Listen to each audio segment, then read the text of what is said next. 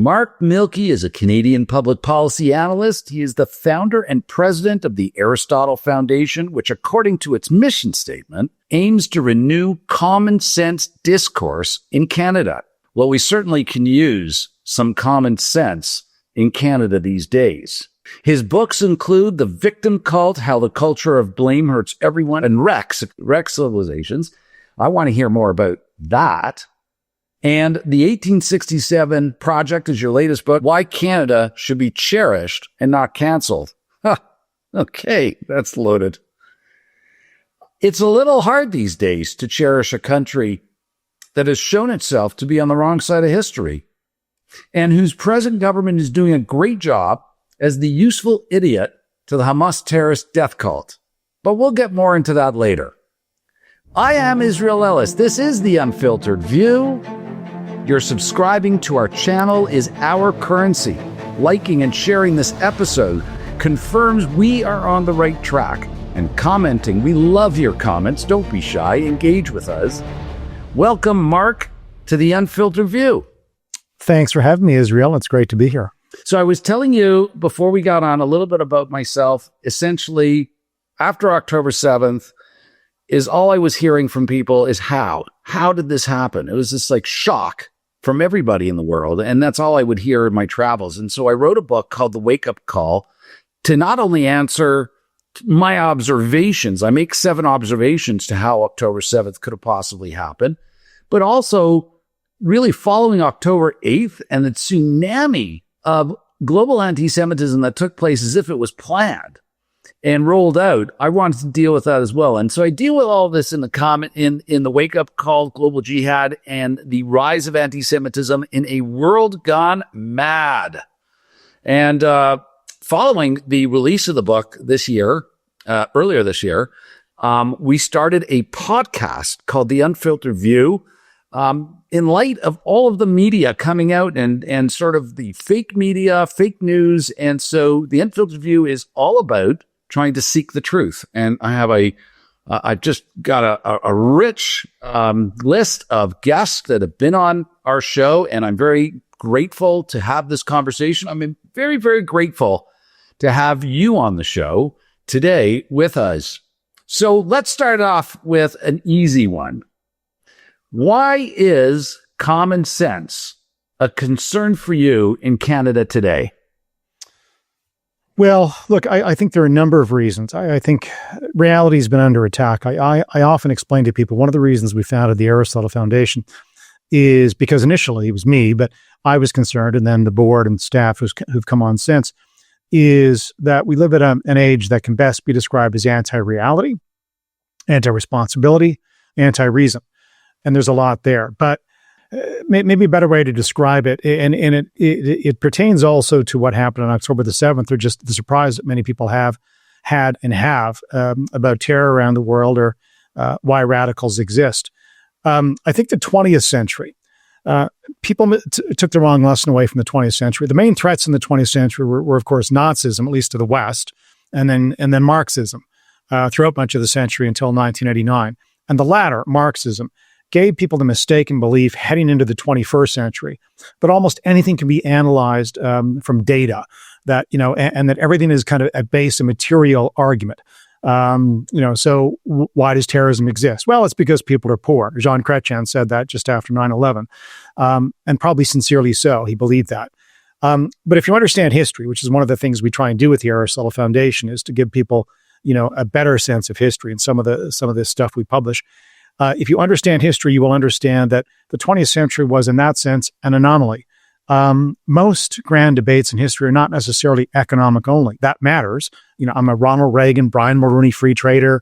I believe in free enterprise. The rule of law, capitalism. That's how you get to better outcomes in terms of people, people's lives. But I don't think it explains everything. Man does not live by data alone, if I may. And so the one of the reasons, so we need to reason through things and also understand that people are not always reasonable, including you, including me. We have passions. One of our senior fellows is a professor named Waller Newell from Carleton University, wrote a couple of great books on terrorism and tyranny. And in it, he observes what I just mentioned. People often, especially in the West, I think everything at base is a material cause. And then if you just make people fat and happy, the world will be happy. We'll have peace forever. That's as naive as maybe 1960s flower children. People get ideas in their heads. Nazis had ideas in their head. Adolf Hitler thought he was on the right side of history. He thought in terms of racial purity. It was a nonsensical, anti-scientific concept, but a lot of people believed that in the late 19th century and at least up to 1945. Other people believed that Marxism was the way of the future, that would be what helped people. And of course, the totality of the system simply repressed people, deprived people of economic choice and every other choice. It was a disaster. But people get ideas in their heads. And look, there's, all sorts of beliefs out there, but one of the greatest dangers these days is obviously, ISIS-type beliefs, where people get into their head that, the West won't bow to their deity, or Jews in particular in this case. And so, I think getting people to reason through things, and that's part of the problem with, I think, approaching, why we hear today accusations of genocide against Israel, or why couldn't Israel just get a peace agreement with Gaza or stop fighting? I mean, people don't reason enough from historical, reality and understand the flow of history and the lessons of history. I mean, it's a long answer to a short question, Israel, but, part of the reason we set up the Aristotle Foundation is to try and say, look, you better think through these things, and there's multiple factors and outcomes. It's not just dollars and cents, which again, that matters. That's data. It matters to outcomes. But you better have an understanding of history. You better have an understanding of the human personality. Alexander Solzhenitsyn famously said that the dividing line between good and evil runs through every human heart. And this was in response to a belief among his campmates in Siberia that if only we got rid of that group over there, and maybe they meant communists at the time because they're all prisoners of Stalin. And he said, no, this dividing line runs through each one of us. And he understood better than most that there's a great potential for good in human beings and a great potential for evil. But trying to get to that with people, I think, requires time, reason, patience on both sides. Well, certainly Canada as a country, as a nation, and its leadership could use a reality check.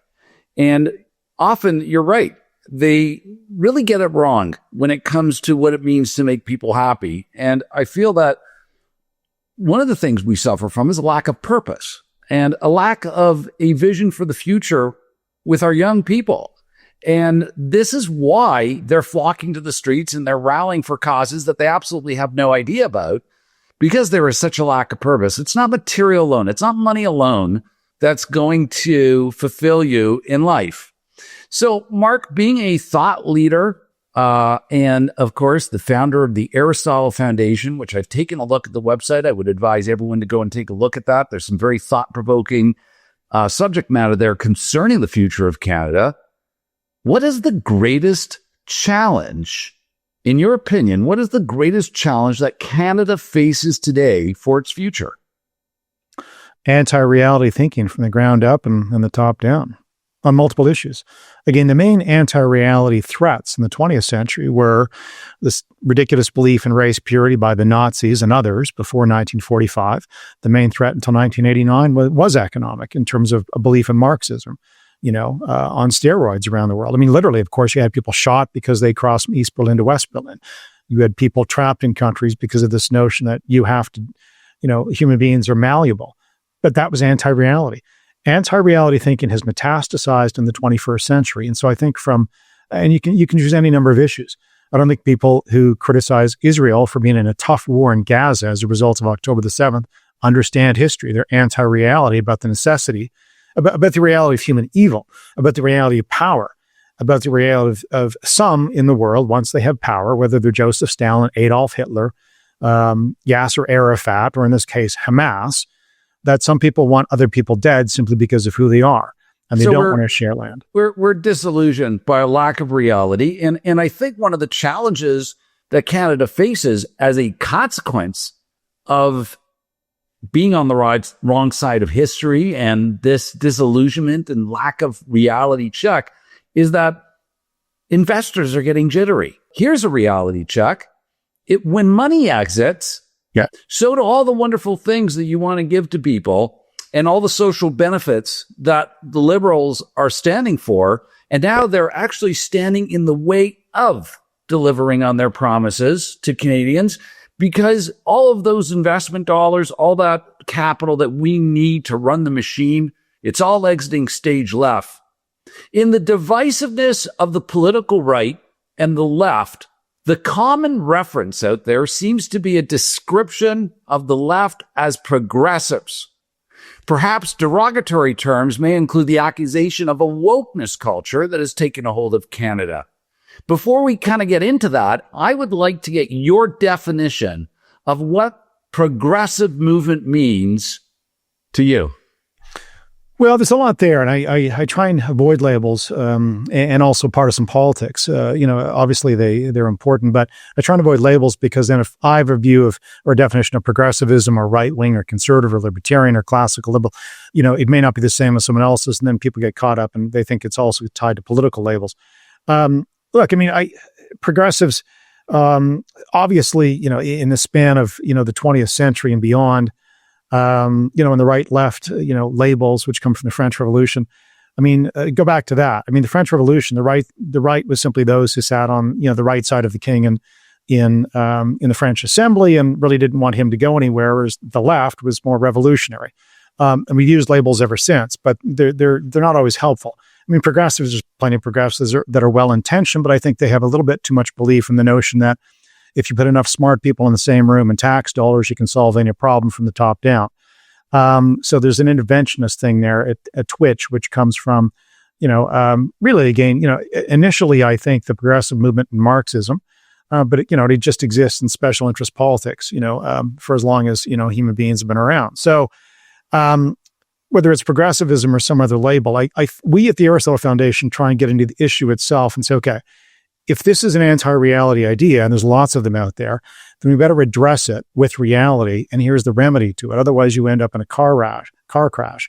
So, but you're right. To back up Israel, we don't do a lot of fiscal stuff at the Aristotle Foundation because I've done that a lot in the past. Other think tanks do that. But I can recite to you what I think is a lot of anti-reality thinking germane to what you just mentioned. Let's go through the list. If tax rates are too high, capital gets chased down somewhere else, these days to the United States or elsewhere. If your regulations are too high, it's hard to build houses in a hurry. You have a housing shortage.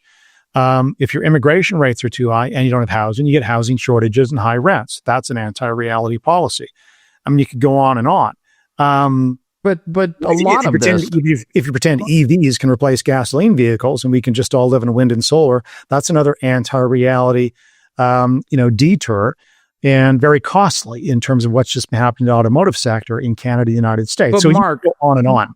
Much of this, lends itself, though, to the movement or the philosophy or the attitude or the ideology of the social structure and how Canada is creating its playbook. And so, and I'm going to come back to the word progressive because it's this progressive culture that I think is scaring the hell out of people in terms of people who are thinking of investing in Canada. And so a good reality check is to say, hey, maybe we're getting it wrong. Maybe this was a failed experiment. This progressive culture seems to be tied to this bizarre partnership between the Marxists and the jihadists, which in turn has the liberals, or rather I prefer to call them illiberal liberals, as I refer to them in the wake-up call, pandering to these combined interests.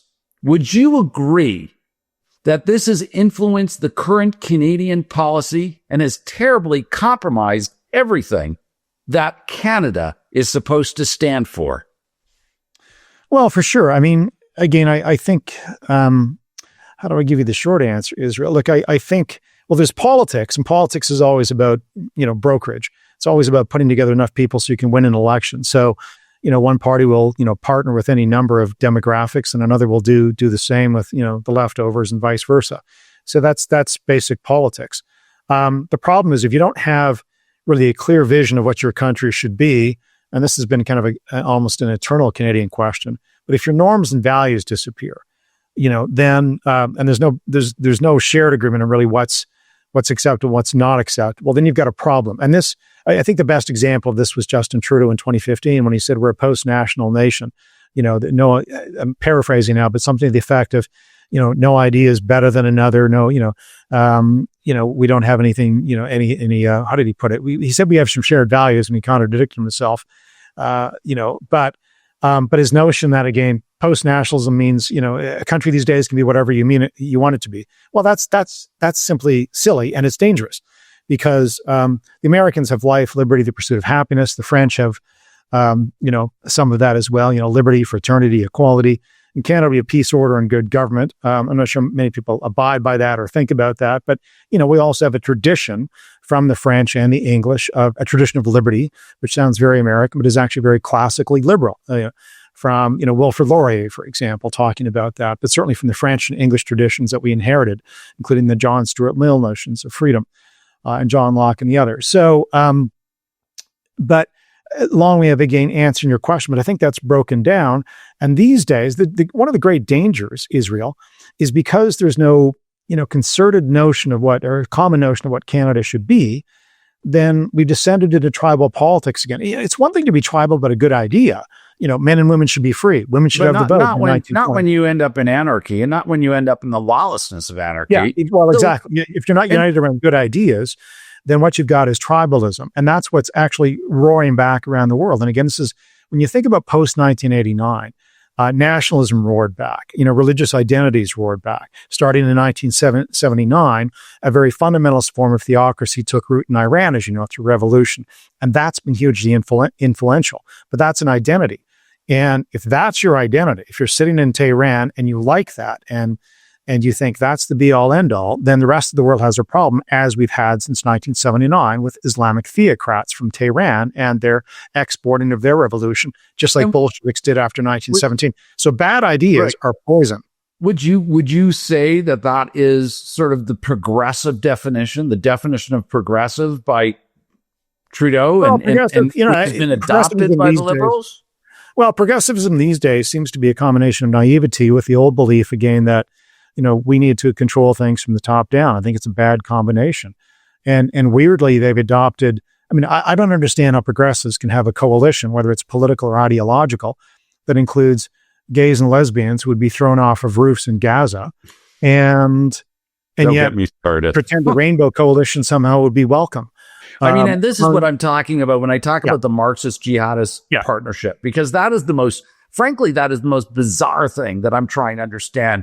Is I think Queers for Palestine has got to be the biggest oxymoron that has sort of been out there. You've argued. Well, maybe what it is, Israel, at base, there's a couple of things going on. It's a hatred of Western civilization and all that it represents. I think wrongly so, because no civilization is perfect, but especially the Anglosphere, I think, has done really well in getting rights to people, protecting what we call minorities. But again, I like to think of people as individuals, but not as a group. But, so I think there's an anti-Western impetus there, but and there's a bit of a nihilism that goes along with part of that.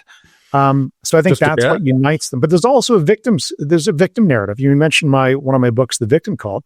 I've got an entire chapter on Yasser Arafat, but also others that wrongly, or at least take their victimhood, real or imagined or real, and live off of it and make trouble for themselves and others. And that's dangerous, because even if that's the entirety of the Palestinian conflict. It was it's creating them as the victim, using them as the pawn for other interests globally, and then leveraging that against free speech. You've argued that progressivism is bad for business. And this is getting back to my point that investors are losing confidence in Canada as a result. Do you see that opportunity to be reversed, or do you think that it's a far-gone conclusion that we're in big trouble and that we've got a road ahead of us that is going to be bumpy, rocky, and lots of cracks and lots of sinkholes? Well, look, I have to be an optimist. Otherwise, I couldn't do what I do at the Aristotle Foundation, which is to, we hire scholars to analyze matters and, come up with remedies where possible, insofar as they touch on government policy. And sometimes they just touch on the idea culture out there, which needs to be, corrected in some cases, is the best way to put it. And the poison's withdrawn from the idea culture in universities and elsewhere.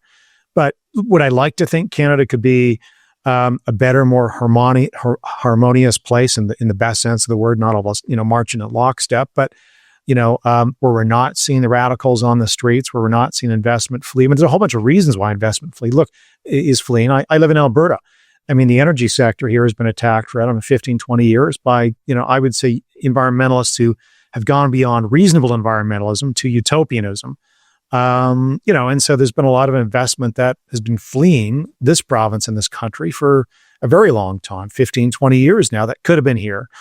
It's when these solid ideas, like no one's going to argue with having a healthy environment. And it's when you get these solid ideas, and these solid ideas are then incorporated by progressive movements, and they just take it way too far to the point that they ruin the opportunity for what it's about. Like, I don't know what Greta is doing on a ship heading for Gaza.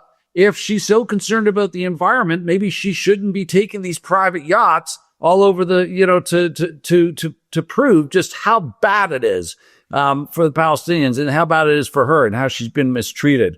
Would you agree that the DEI policies, the spawn of the progressive movement, has proven to be a failed social experiment? And yet, as the United States, Canada's largest trading partner and closest neighbor, distances itself from this disaster, it just feels to me like Canada is just doubling down.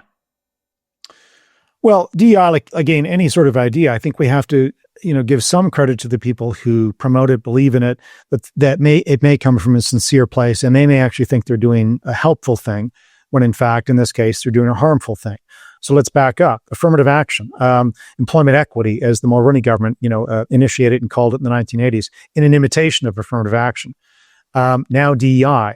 There's been a number of iterations of this idea, but basically it comes from, in many cases, I think, a sincere place, people looking at wrongs that have been done in history to, certain groups or people and saying, well, we need to make up. Well, I wrote the victim cult to say, you mostly can't make up. I mean, look, if it's the 1950s, we should and we're right to compensate Japanese Canadians for internment and stolen property. We didn't do enough then or in the 1980s when we paid some money again through government.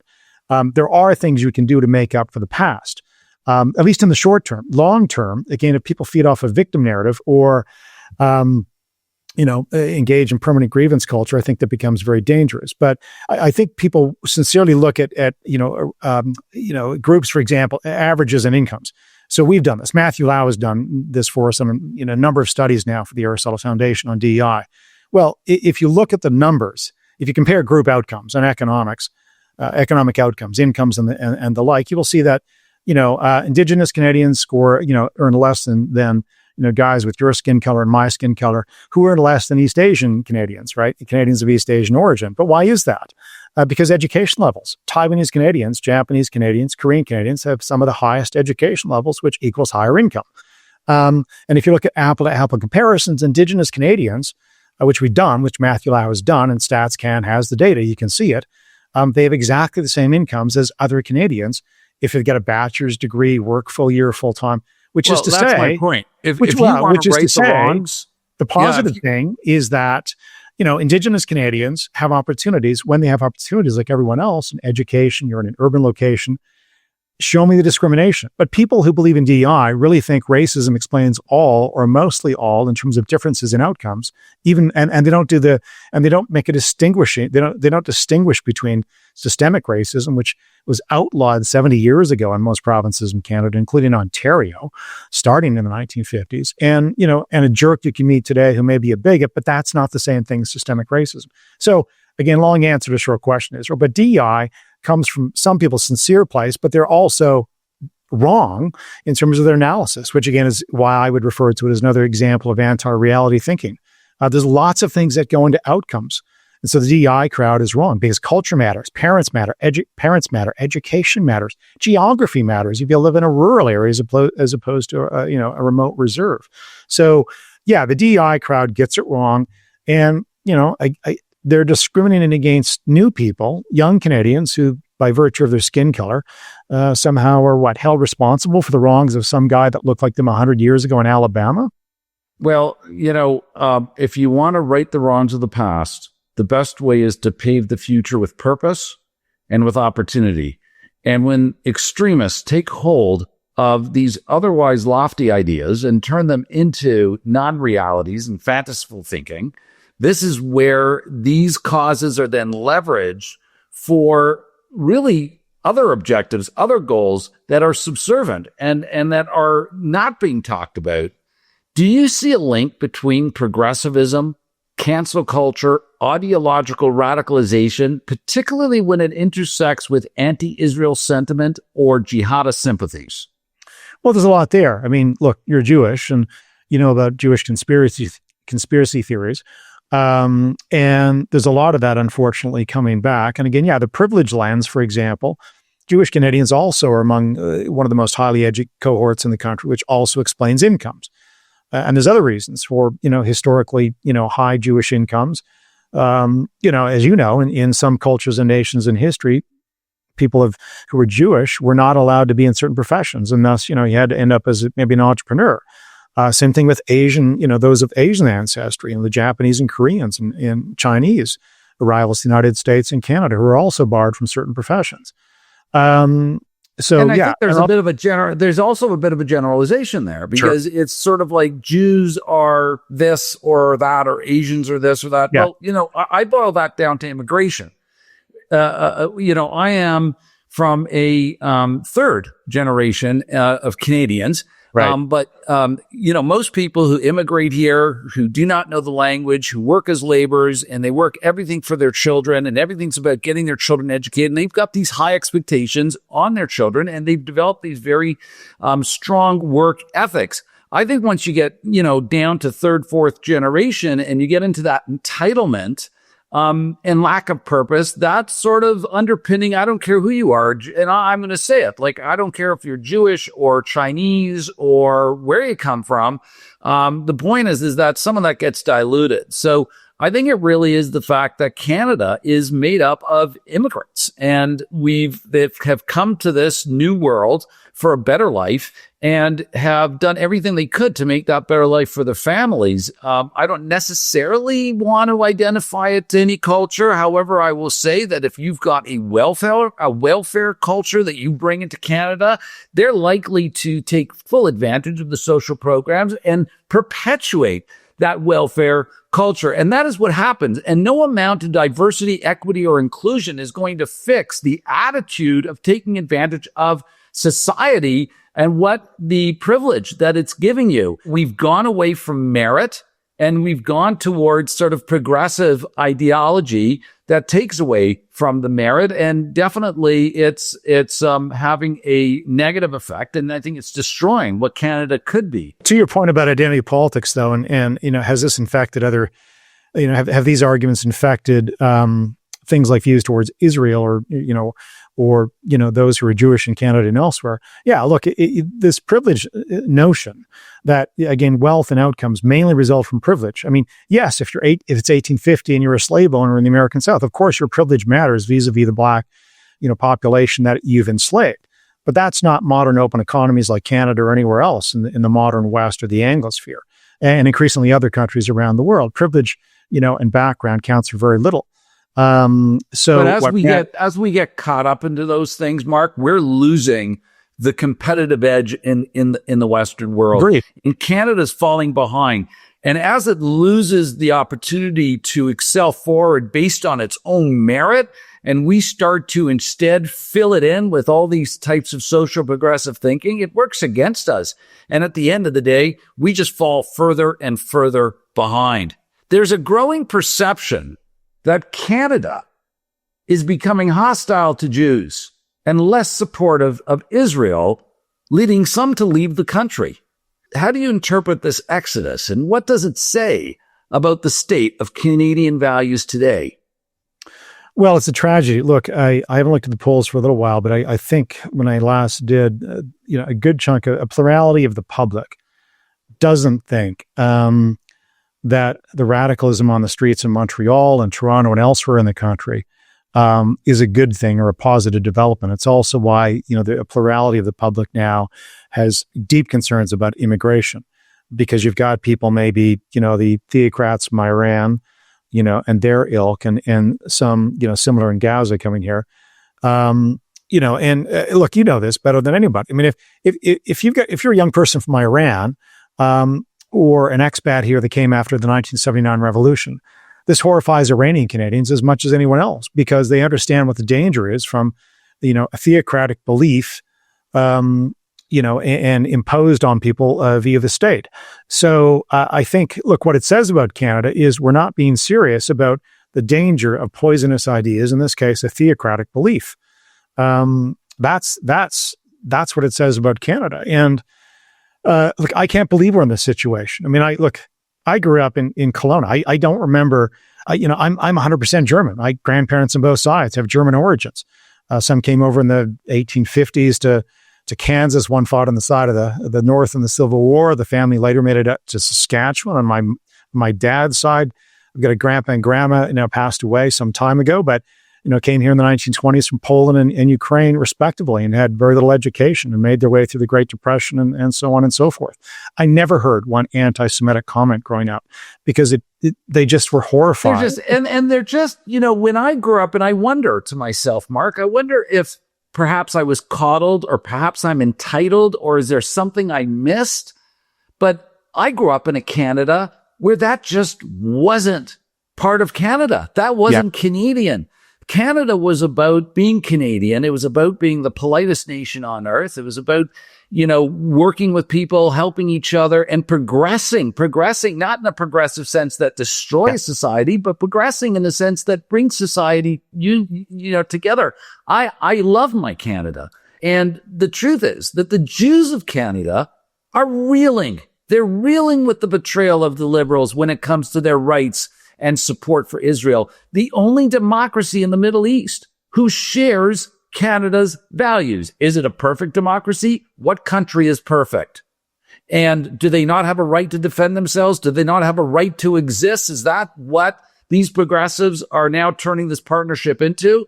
There is an active campaign right now in Canada of subversive anti-Semitism, of which the volume is getting increasingly louder, that is hiding behind free speech. I love your post on X, by the way, and we'll put it on screen here, but I love your post where I believe I'm just going to read it. Imagine if Hutus in Rwanda, 2 years after the genocide they initiated, held an Honoring the Martyrs event at a Canadian university.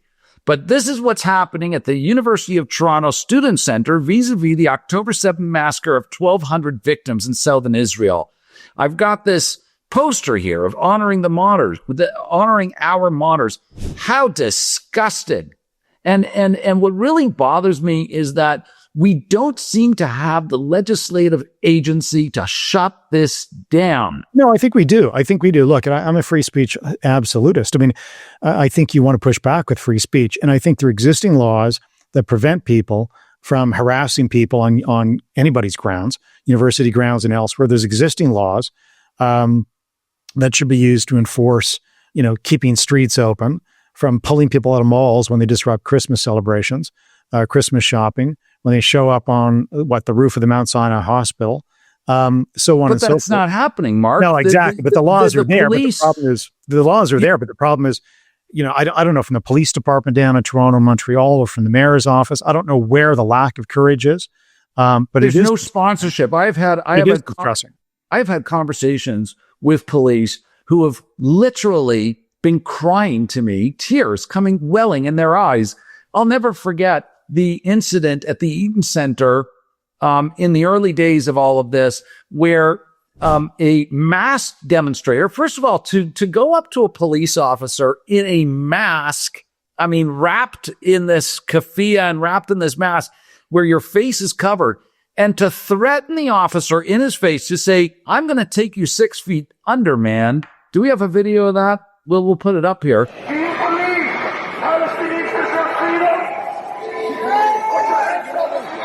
I'm telling you, because if he touches me, I'm putting him on the floor. You come near me, I'll put you lay down on the floor.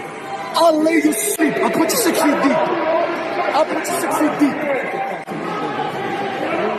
And for that to happen without any repercussions whatsoever, and police have to stand there without any recourse, There's obviously a lack of sponsorship on the city level, on provincial level, and on the federal level. But let me bring you back to the real problem. Let me bring you back to the real problem, Israel, with respect, because I think it's not, you can talk about the Liberal Party and understand your frustrations. But I think to blame a political party is to miss that the idea culture has already been partly poisoned, especially among some of their supporters. And some of the supporters, don't think like, a waspy type Anglo like yourself or me, and they don't think in terms of Western norms and traditions, the rule of law, tolerance, and so on and so forth. And some of them believe in conspiracy theories. This again goes back to what I said earlier. Look, there are various threats that show up in human history. In the late 19th century, who are the main terrorists? Anarchists, right? You can go to cathedrals in Europe. I was at one in Barcelona where they've actually got that as one of the gargoyles, a guy with, a hand grenade or a grenade of some sort or a bomb. That's on the outside of Sagrada Familia. And it was explained to us, look, these were the anarchists in the late 19th century that were a problem. Marxists in the 20th century were terrorists. These days, you've got theocrats in Iran who, as you well know, sponsor terrorism and disruption around the world. So you've got a new problem. I'm not sure Canadians have grasped that because, again, they're still thinking in 20th century terms, like, but it is people are poor. But this is funded and sponsored by the Canadian government. I mean, the CBC is a public broadcaster. And I watched an episode on Fifth Estate last week that just vilified Israel and totally victimized the Palestinian people without mentioning anything about what Hamas had done. And it's this kind of support that just seems to be fueling the fires around this subversiveness of anti-Semitism. This is why I wrote a book called The Victim Cult. And actually one of the chapters, the number of chapters, I showed Adolf Hitler's self-created victim narrative. He thought he was a victim. I showed Rwanda, the Hutus, who thought they were a victim of a much smaller population, the Tutsis. And then I go into Yasser Arafat. And again, this is where I think many Canadians don't get it. I know enough of history to understand that in 1973, Yasser Arafat was at the United Nations, or 74, one of the 2 years, barely a year or two after Munich. And here he is saying, we're the oppressed of the world, join with us, right? And making this, again, the anti-colonial argument then. But most people don't understand that, of course, the Palestinians have had chance after chance. And that Israel, you know this, but I'm not sure a lot of Canadians do, that Israel has made peace deals again and again with Egypt, with Jordan, with others in the Abraham Accords more recently, but that Yasser Arafat had a chance in 2000 and walked away from the table, famously from Bill Clinton. And Bill Clinton, has been, excoriated Yasser Arafat to this day because of that. And so when that happens, and most Canadians don't get it, what choice are you left with? You mentioned progressives. I remember being in Israel in 2005, and the progressives there were deeply disappointed in what the Palestinians had not accepted. And they were, I can't believe 20 years later, we're still having the conversation. Progressives in Israel then saw the reality that, there's no leader on the other side that will do a deal. They were deeply disappointed because they were, I don't want to say naive, but maybe they were. And maybe that's a feature of progressivism. It's wonderful to have hope. You might want to understand the person you're sitting across from, whether he's going to do a deal. There is something, here's kind of what I've said to people, and this is something I'm working on right now. I don't know, or I didn't know, is no longer an excuse. Ignorance is not bliss, and ignorance is no longer an opportunity to walk back and say, well, we didn't know what was going on. There's an email that I received today, and this is an excellent example. It's from an organization, I have no idea who they are, called the CJPME, Canadians for Justice and Peace in the Middle East. That sounds pretty liberal to me. Sure, I'm concerned about peace in the Middle East. And when I get an email like that, and here's what they say: as Israel repeatedly breaks the ceasefire deal in Gaza, Canadian media continues to repeat unsubstantiated Israeli talking points and omit important critical information. And it goes on, bullshit, blah, blah, blah. Just goes on. First of all, forget about history, Mark. How about current events? How about the fact is that a day after the ceasefire was done, Hamas started lining up citizens of Gaza, executing them. And there's pictures all over this is all verified. We haven't seen stuff like this since the Holocaust, since Vietnam, since these types of public executions. And yet, what is it? What needs to happen? What line needs to be crossed so the Canadians wake up. And, I'll tell you another thing, Mark. Well, I thought October the 7th should have been a wake-up call for most Canadians, and I think initially it was, but here's another part of the problem. And again, it's anti-reality, but it's maybe deliberately anti-reality. Remember that in Human History and Now, the news release you just mentioned, whatever it was, or commentary, sophistry.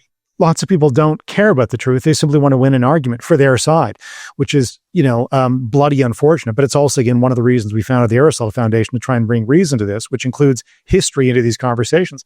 Because if you don't understand the history of Israel or the Arab world and so on and so forth, or the attempts to get to peace by Israel as a government, then you get people who just, they're trapped in the immediate, either willingly or announcing. But for our prime minister to go out there and recognize a Palestinian state, first of all, Palestine, there is no Palestinian state. There are no Palestinian people. There never was. There might be people who identify as Palestinians, but the fact that our government goes ahead and overrides the goodwill and the authenticity of a sovereign nation state such as the Jewish state of Israel, and turns around along with other Western countries to go ahead and recognize without any prerequisites. At first, Mark Carney said, well, I'm not going to recognize Israel I'm not going to recognize Palestine until these set of demands are met. Within, I think, 10 days, he came back and said,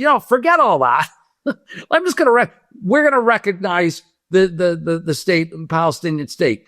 I mean, what a fool. Sorry, I don't mean to disrespect the Prime Minister of Canada, but, how stupid can you be? The subversiveness of the anti-Semitism that's happening, that people are, the volume is just getting increasingly louder. And what do people say? It's free speech. So the other day, I'm traveling up at our mountain area here in Blue Mountains, and I go to a place called Collingwood for an art exhibit. Beautiful place. I come here because it's actually wonderful. It's just like Kelowna, up by where you grew up. It's a fantastic place. And as I'm walking the streets, there's street performers and there's vendors with their wares outside. And what do I see? Stenciled on the street, on the city streets, hashtag Free Palestine, hashtag Sanction Israel, hashtag the Gazans are burning, stop killing children, stop the baby killers. Then in front of the Collingwood sign, there is a stenciled message about free Gaza and about free the children and stop the killing.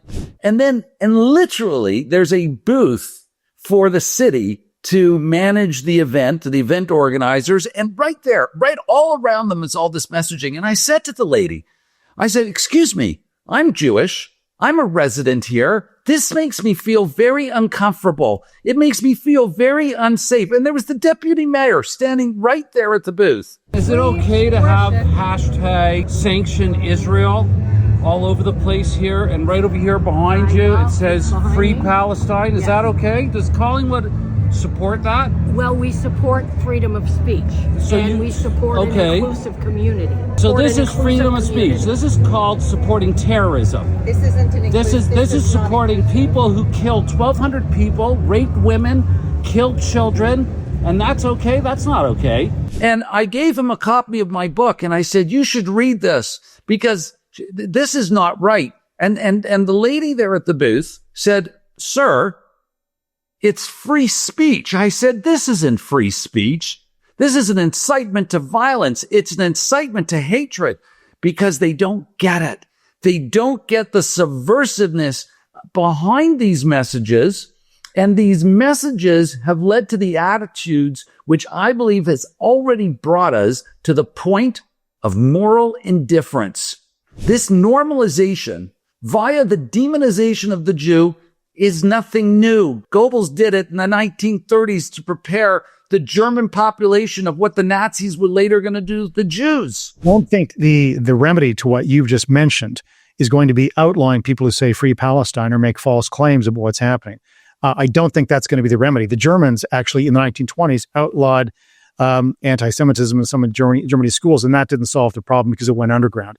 So I would say this, look, when you see people with a kafayate, you know what it reminds me of? It reminds me of Che Guevara t-shirts and people wearing a bandana and having Che Guevara I mean, Che because they Guevara don't recognize what's behind it. I agree with you. I agree with you. But they that's don't part of the recognize. problem is people romanticize violence, to say that, to put it mildly.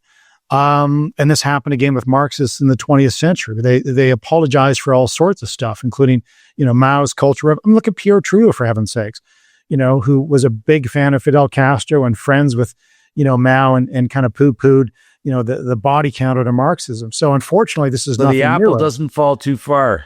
Yeah. So, but look, I can't agree. I don't think that, I think the laws that we have against incitement, I mean, John Stuart Mill, of course, eloquently, pointed out there's a vast difference between what showing up in front of was it a baker's store and saying this guy charges high prices or something versus this guy charges high prices and he should be killed.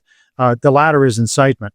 So, and even if the former is untrue as well, that's the distinction that has to be made. So I don't think shoving this underground is going to solve the problem, Israel, because I think it's poisonous out there, especially in the age of the internet. Well, hold on a second. I think there needs to be some accountability. There's an extent, though. But there's an extent. I mean, yes, you might have innocuous comments like "Free Palestine" that may, to you as a Canadian, be simple language where people are exercising free speech. But that language doesn't stop there. From the river to the sea, is a very specific denunciation of Israel's right to exist. Go home, Jews. What does that mean? This normalization and this demonization of the Jew translates into a muted response on the events of October 7th and continues to contribute to the current situation with Jews in Canada, having faced with the continued messaging, the rallying, and the anti-Israel bias,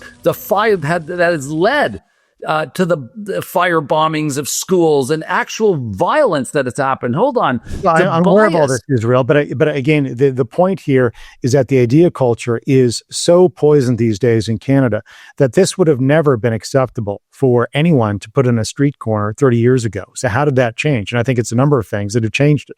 Everything from, again, you've got people who are sympathetic with the theocrats around the world, Islamic theocrats, the most radical wing of Islamism, which has been rearing its ugly head since 1979 around the world. You've got old-fashioned anti-Semitism appearing again on the right. So, look, I think that to me is it's all concerning. But I think trying to outlaw a certain phrase is not going to help. Israel, you mentioned the prime minister. I think he's a terrible leader on this issue. I think Stephen Harper was a forthright supporter of Israel. He understood, what was his famous phrase? And, others have said it well, there's no moral neutrality between, terrorism and non-terrorism. I mean, yeah, I think we're talking in terms of moral equivalencies today. But yeah, I mean, this is it. And the thing is, Canadians have become morally indifferent. And this is what scares me. I don't know that all have, but I think a lot of them, I don't know. Again, the polls after October the 7th showed most Canadians were horrified by this. They did not support the Palestinians. But I think a lot of Canadians since have bought the line that, again, it doesn't make sense to me because I'm familiar with World War II. It doesn't make sense to me that people would not understand the reason you see any tragedies in Gaza is because of October the 7th, but also Palestinian refuseniks all the way back to what, the 1970s. Hold on. The reason why we see any tragedy today is because of the unrelenting support to UNRWA. And Canadians are part of that, and the Canadian government still continues. Palestinian Authority, who's been granted independence, has a pay for slay policy, and that doesn't faze Canada. And the reason for this, what's going on there, the victims of Gaza, what's happening, really culminates from years of putting on our blinders and shutting our eyes to the reality is, like you say, the lack of reality that exists in terms of really understanding the truth of what has happened. Mark, I agree, Israel. I agree, Israel. But the issue is, let me make a point here. Okay, but 1 second. There's got to be a line that's drawn. There's eventually got to be a line that's crossed. And I think that line gets crossed with rallies and with comments and with the support and vilification of Jewish people and Israel's right to exist. I want to just tell you about a website called findidfsoldiers.net. I don't know if you're aware of it. I have spent a lot of time trying to get this website dealt with on a legal basis, and I am told repeatedly by politicians and by lawmakers here in this country that there is nothing they can do. Let me tell you what that website is. It's the hunting of the Jew. My wife and I are part of that website. And frankly, it's an incitement to violence. I feel unsafe. I feel unwelcome in my own country. And I cannot understand the moral deficiency of a country and a people and a leadership who could allow such a website to exist unabated. Yep. Unabated. To me, it's a criminal act, and it's an obvious moral indifference to what the gravity of a website like that represents. So I'm not a lawyer, so I don't understand why a website like that or other acts of incitement are not prosecuted. I mean, I think that's a good question for lawyers. I'm not voting. I simply don't have the expertise to understand why that no one has been charged for that, or why other acts of incitement on the streets have not been dealt with quickly, and toughly. So I don't have an answer for that in Israel. What I'm saying, though, is I think another part of the problem, maybe my area of expertise in part, is history. I don't understand why most Canadians don't understand that what Israel has been doing in Gaza is exactly what we did in Europe and in Japan in World War II, because we had to, because we were responding to tyrants around the world in the form of the Emperor of Japan, or at least his military, and also Adolf Hitler, among others. So the fact that civilians died in Europe and in Japan was a tragedy. It's a tragedy when civilians in Gaza, not all of them, but a good chunk of them, unfortunately, seem sympathetic to Hamas, according to some polls. Nonetheless, civilian deaths are a tragedy. But war is a tragedy.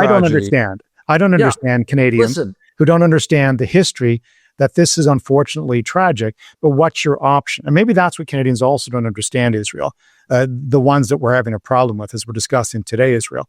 They don't understand sometimes you have two bad choices, and you better figure out which is the lesser of two bad choices. And for Israel, I don't think it had a choice but to go into Gaza and do what it did.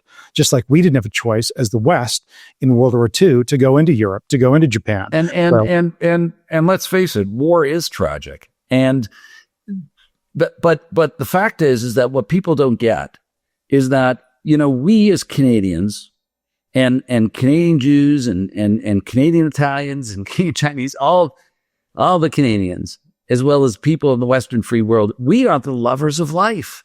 Our entire society, everything we have that we built, our road to the future is all about how do we improve our life? How do we have equality within life and opportunity? But when we're dealing with Hamas, we are dealing with the lovers of death. How many options do you have at your disposal to deal with the lovers of death who announce that they're going to kill you, who announce that their entire purpose, their entire mission statement is to annihilate you? And yet we continue to victimize them, and we continue to victimize the very people. And people say, oh, but what about all the people that Israel is killing? What about all the Gazan citizens? Yes, it's a horrible tragedy, but it's not Israel who's killing them. And it's not because of Israel that this is happening. This tragedy is unfolding because we have allowed Hamas the ability and the resources to dig tunnels, to install military installations and arms and underneath hospitals and underneath residential areas, and to embed themselves under schools. What is Israel supposed to do? What would America do if Mexico attacked them? There wouldn't be talk about a moral concern about that. There's no question about it. You've mentioned it. Mark Carney is failing us as a leader. And the Liberal Party and the betrayal of the Jews and the betrayal of Israel, its partner, its only democratic allegiance within the Middle East. What are they thinking? There's no question about it that they are failing us. What do you think the Conservatives need to do in preparation for the next federal election to win that election, given the influence that the Liberals have and the pandering that it must do, and it does very successfully, to all of the communities that actually work against our values as Canadians? So I don't take political sides. We can't as a charity, and I don't want to. And the reason for that, Israel, is because ideas matter more than political parties. Ideas lead they're at the front of the train. Politicians and the public is in the middle. The politicians are actually at the end. They're in the caboose. So we focus on ideas and policies. And I'm telling you that if you focus on political parties and you place your faith in political parties, you're going to be disappointed on this and every other issue. So while I respect that some parties are better on this issue than others, including Poilievre and the Conservatives on their support for Israel, I can tell you that ideas that infect the public, politicians, no matter who they are, what their convictions are, what their political stripe is, if 90% of the public believes that 2 + 2 = 5, they will eventually say 2 + 2 = 5. And they will eventually be critical of Israel if that's where the 90% of the public is. They will find some way to escape from what should be a principled position based in reality, based on an historical understanding of what's happening in Israel and Gaza. I have that understanding. I think others do. But I think that's the problem, Israel. So I'm not going to give political parties advice on how to get elected. What we do at the Aristotle Foundation is publish what we think is, decent empirical assessments of reality, which sounds boring, except it's not. So one of the reasons, for example, we had Raheem Mohammed do a paper for us a year and a half ago, was because I wanted to find out, what did Jewish organizations across the country say in responses to terror against Muslims? What did Muslim organizations say in responses to terror against Jewish folk or other terror incidents? And unfortunately, the results, as Raheem found, were kind of telling. Most Jewish groups condemned terror immediately, no matter who it was directed against. And only a few Muslim groups that he analyzed came out against, what happened on October the 7th, and others were silent. I thought that was telling and unfortunate. And I don't want to put everybody into the same category. There are plenty of Muslim Canadians, including ex-Iranian expats now here, and young Iranians who don't share the disdain for Israel, and rightly so, because they understand what they're looking at in terms of Hamas. It looks a lot like what they saw in Tehran. Well, it's time they speak up. It's time that the silent majority. They are. Some of the Iranian Canadians are. That Israel. Yes, so, yes. Well, aware of that. I think this is an idea battle, and I think a lot of Canadians haven't woken up to the fact that the ideas of the 21st century, the idea battles of the 21st century, and the politics of the 21st century are very different from the 20th century. And that's unless people understand that, which again, I don't want to be generalized about Muslims. I think there are plenty of Muslims in this country, who came here because they wanted to escape the craziness of where they came from. Well, it's really unfortunate when I see, but what's interesting, Mark, and we're coming up on the hour, and I want to ask you one final question. But what's really interesting, what I find a mystery, and it's not such a mystery anymore, is the fact is that when I look at these rallies and I watch the people who are holding up the sign with the most offensive of things against Jews, they aren't Muslim. Many of them are white, and I call them white, stupid Canadians because they're absolutely, completely ignorant of what they're doing. But I believe, and this is not a theory that I've proven, but I do believe that many of these people are funded to be there. It is well known and documented that most of the people in these encampments, and especially the one at the University of Toronto, and bizarrely enough, they were allowed to camp there and create havoc and destroy that beautiful land. Most of them were not students and were not academically involved with the University of Toronto. And I find that, really interesting to support the argument that I don't think that it's necessarily people who live here that are involved in these activities. I think they're shipped in. I think they're brought in. I think they're funded by organizations like Samadoun. You might be aware of sort of many of the papers that have been written by some of the people that you dealt with and colleagues and people that both of us are involved with here in the Institute of Antisemitism. And there's a lot of this funding going on, charitable foundations that the CRA has. Canada has designated Samadoun as a terrorist organization, and yet you can still get a CRA receipt for writing a donation to it. Okay, we're coming up at the end here. I promised you we'd be about an hour. I try to keep these things quite tight. Mark, looking into your crystal ball, what are the 3 things that Canada must do to correct its current trajectory and reclaim its founding values? Well, recognize reality, learn from its own history, and I guess third, be radically intolerant of ideas that are poisonous and that are divisive and that are anti-civilizational. I mean, those are the three things off the top of my head, because civilizations are not easy to create and to build and sustain. They do collapse in history. And what's happened in the last 500 years, broadly in Western civilization, but I think more specifically and even better so in the Anglosphere, is that we developed a system of the rule of law, the treatment of the individual as an individual. Didn't occur all overnight, but we got to a place where it was understood that the individual must be protected in law and policy. It was understood that we must unite around a shared set of principles that are beneficial for everyone. And that's not what's happening today. We've lost that. So I think that needs to be rediscovered broadly. Again, I think Western civilizational norms, understanding, of course, no civilization is perfect. But again, especially in the Anglosphere, what we built, which I think has been pretty unique in terms of world history. And I think, is now being copied around the world, and used to be copied in places like Hong Kong, but, increasingly around in other countries around the world that imitated those success stories. So I think that's what, people in the West broadly and people in Canada need to rediscover. But I think they have to also, in doing so, grapple with modern day problems and not get stuck in 20th century thinking about what they think is causing these things.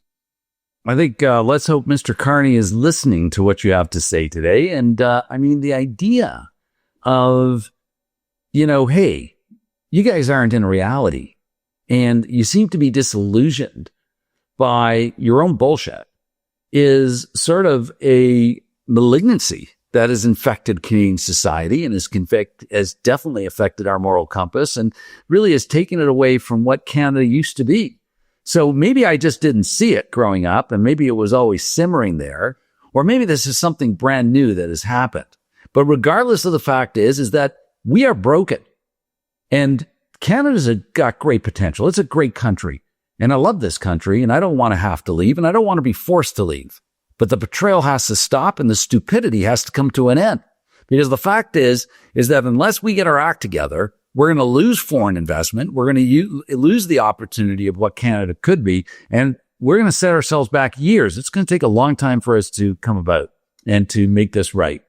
Mark Milke, thank you so much for joining me today. I really appreciate it. Your time is valuable. You're a leader, an incredible thinker in Canada today. You've written some great books. I really appreciate your time today on The Unfiltered View. I am Israel Ellis, and this is The Unfiltered View, a companion to the wake-up call, a seeker of truth. We know that you have much better things to do, and so we appreciate you listening to us today, and instead of existing in the noise, helping us find the truth. Please comment, share, subscribe. This is our currency. We want to get the message out there, and we want you to contribute to it, so engage with us. Thank you once again for joining us today on The Unfiltered View with Mark Milke.